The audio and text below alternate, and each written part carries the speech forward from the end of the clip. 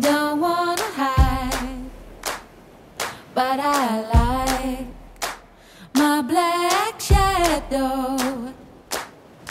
I enjoy. Après notre visite de Biarritz, nous continuons à surfer sur la vague, puisque nous allons vous faire découvrir 2 stations balnéaires, Cap Ferret et Lacanau-Océan. 2 villes qui offrent un accès direct sur les plages de l'océan Atlantique. 2 lieux emblématiques pour les fans de surf, de l'océan et des longues plages de sable fin.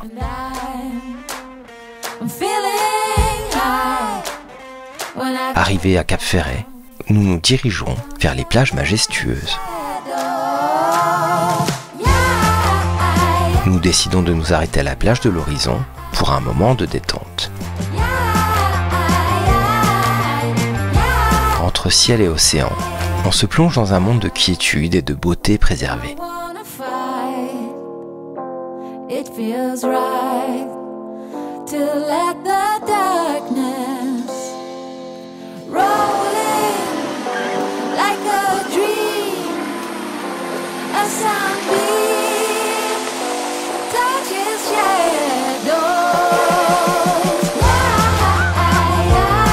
On y accède par une passerelle en bois sur le sable et on peut également y venir par le sentier forestier en vélo ou à pied.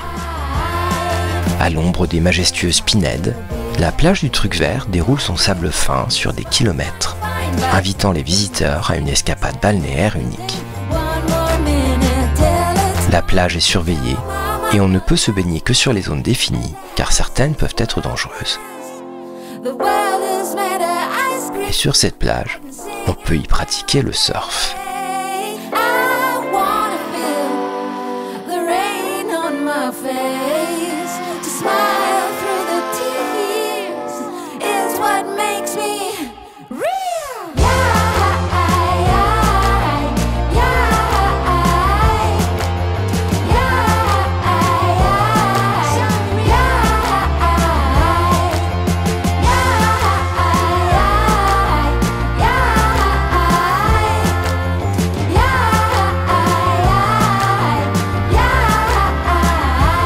Après cette récréation sportive, nous nous dirigeons vers la pointe du Cap Ferret.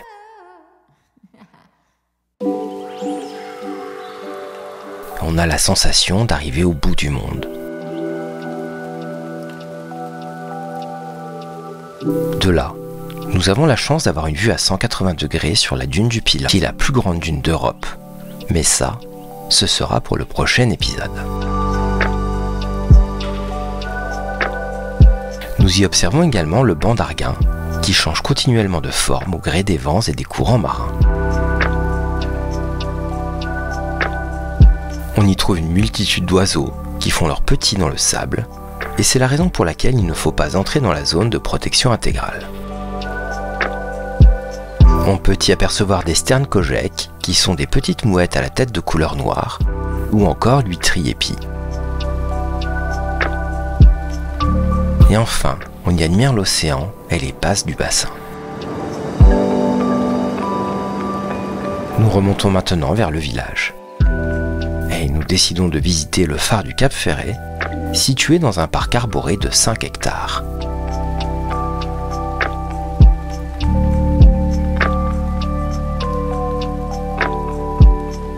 Un premier phare a été mis en service en 1840, mais celui que nous voyons date de 1947, puisque les Allemands avaient fait sauter ce premier phare en août 1944 avant de battre en retraite. Le phare du Cap Ferret est un élément majeur du paysage de la presqu'île. Il est d'ailleurs inscrit au titre des monuments historiques depuis 2009. Au-delà de ses fonctions techniques, c'est aussi un monument architectural qui attire chaque année de nombreux visiteurs, intrigués par ce qu'il symbolise et ce qu'il offre. Un magnifique panorama de terre et d'eau à plus de 57 mètres d'altitude.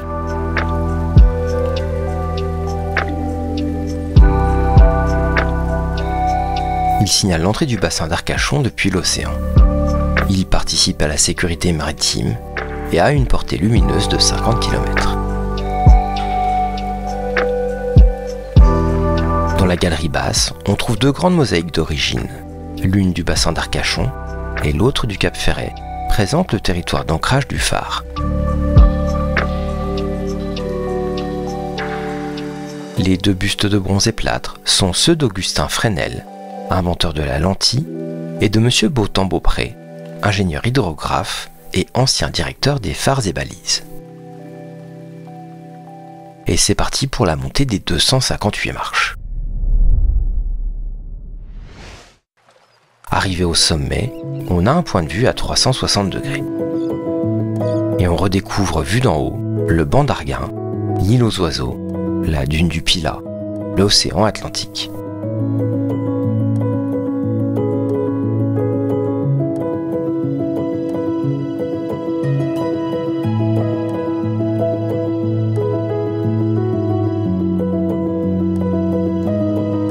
Bref, un panorama exceptionnel au sommet du phare.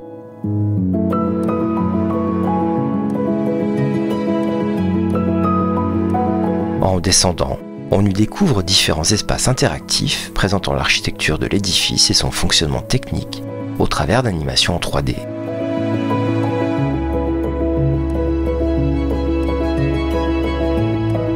Des cartes repérant les phares emblématiques du monde, ainsi que l'histoire du phare et une présentation des outils de navigation. Avant de nous diriger vers le quartier ostréicole, nous visitons le blockhouse du phare qui a été construit en 1943 pour abriter 19 hommes et du matériel.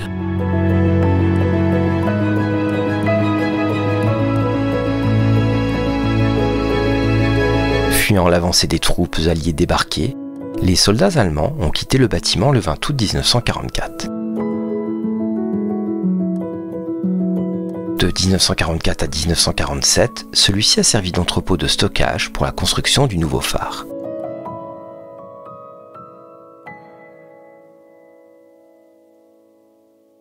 Et nous terminons notre visite de Cap Ferret en nous dirigeant vers le village et passons devant l'église paroissiale Notre-Dame-les-Flots qui a été érigée en 1893.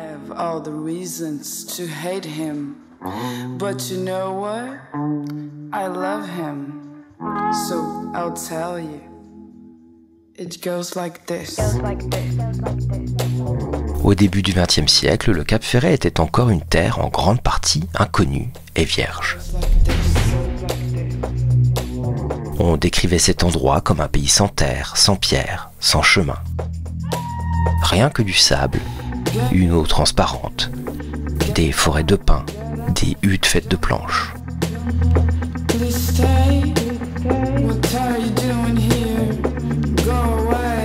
Pendant la belle saison, ces huttes coupées du monde abritaient quelques pêcheurs venus du fond du bassin d'Arcachon.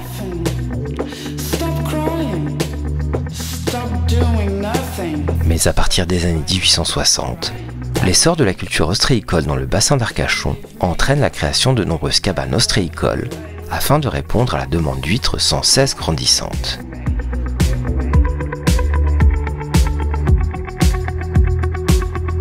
Sur la presqu'île, on trouve 500 cabanes ostréicoles traditionnelles, réparties sur une dizaine de quartiers. Bien que présente historiquement à l'état sauvage dans le bassin d'Arcachon, la culture de l'huître ne fait véritablement son apparition qu'en 1849, avec la création des premiers parcs impériaux.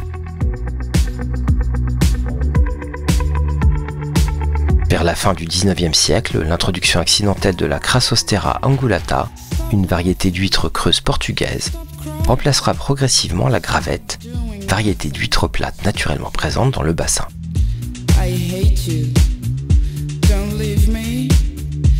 À la fin des années 60, l'ostréiculture du bassin d'Arcachon vécut sa crise la plus importante, assistant impuissante au décimage total des huîtres de la zone, gravettes et portugaises.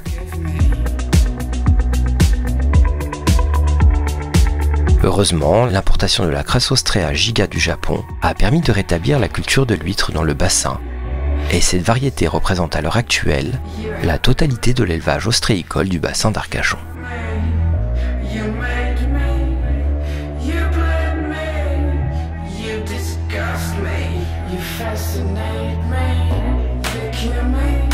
Relativement récente à l'échelle géologique, aux alentours de 3000 ans. La presqu'île du Cap Ferret tire son nom de l'expression loup capéré, qui signifie en gascon la pointe de fer. Ce nom est lié aux traînées de couleur rouille que l'on peut parfois observer sur la plage lorsque l'eau présente dans le sous-sol ruisselle jusqu'à l'océan. En 1908, 44 hectares sont vendus aux enchères et on observe l'arrivée des premiers habitants du Cap Ferret. En 1919, 493 hectares supplémentaires sont vendus et le développement de la presqu'île commence. À partir des années 1950, le développement par le nord de la presqu'île s'accélère grâce à l'affluence de Bordelais qui peuvent s'y rendre grâce à la route récemment construite.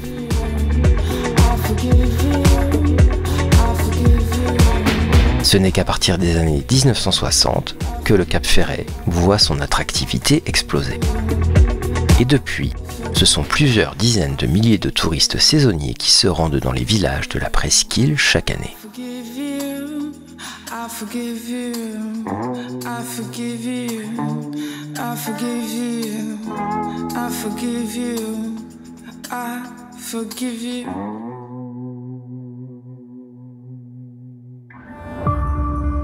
L'île aux oiseaux serait soit un ancien banc de sable, soit les restes d'une haute dune, forgée par le vent et les courants marins, dont la base se serait fixée sur un emplacement actuel au cours du temps.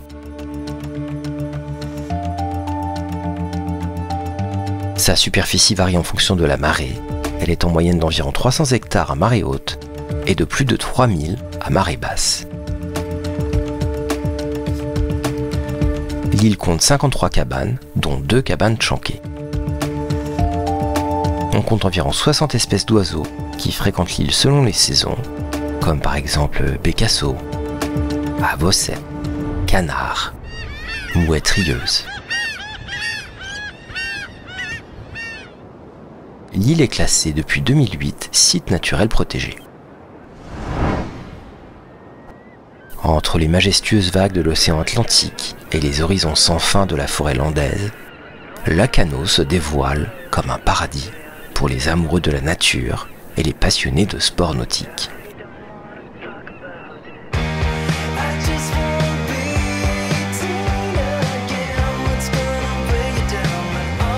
Des surfeurs chevronnés aux familles en quête de journées paisibles sur la plage, cette destination offre une expérience unique. On se sent en vacances dans cette ville.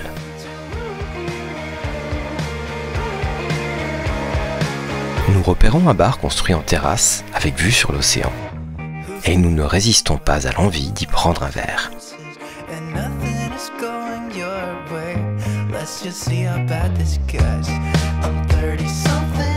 Nous partons ensuite nous relaxer un peu sur la plage et nous baigner.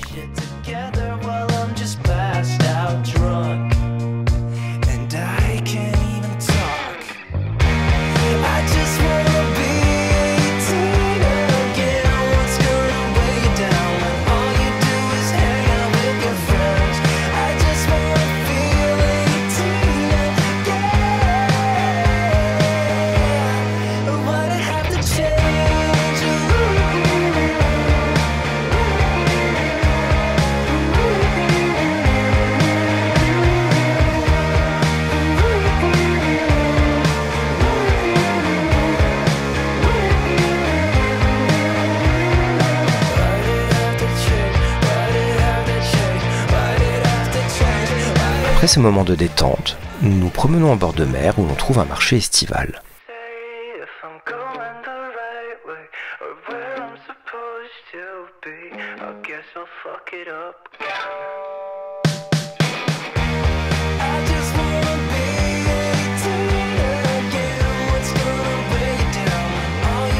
Nous continuons notre balade et assistons à des concerts de rue.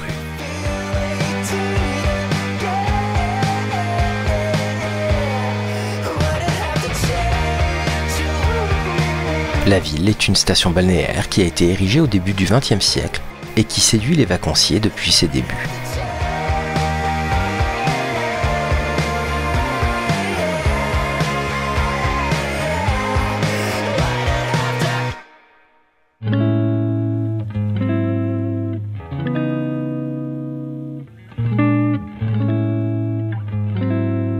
Son cœur abrite d'élégantes villas, construites dans le style architectural caractéristique de la Belle Époque, comme en témoignent d'anciennes photos.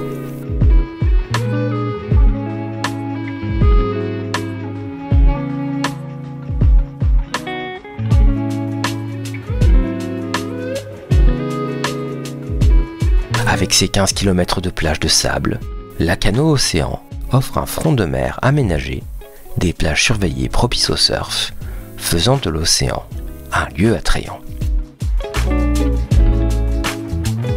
Le village est niché au cœur d'un vaste domaine forestier de 13 000 hectares, préservé et entretenu. On peut explorer les différents villages qui composent le site entre ville, lac et océan. L'activité touristique florissante a entraîné le développement d'infrastructures de qualité. Les activités sportives sont à l'honneur avec une multitude d'activités proposées à l'océan et au lac, dont le surf, la voile et le vélo. Grâce à un réseau étendu de pistes cyclables de plus de 100 km et des sentiers pédestres à travers la forêt, on y découvre une nature sauvage préservée, empreinte de l'odeur des pins.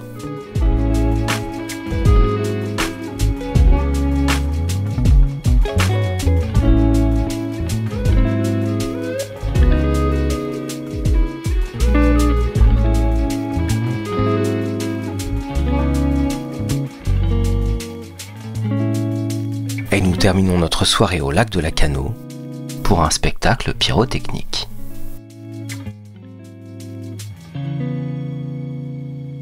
À bientôt pour de nouvelles découvertes.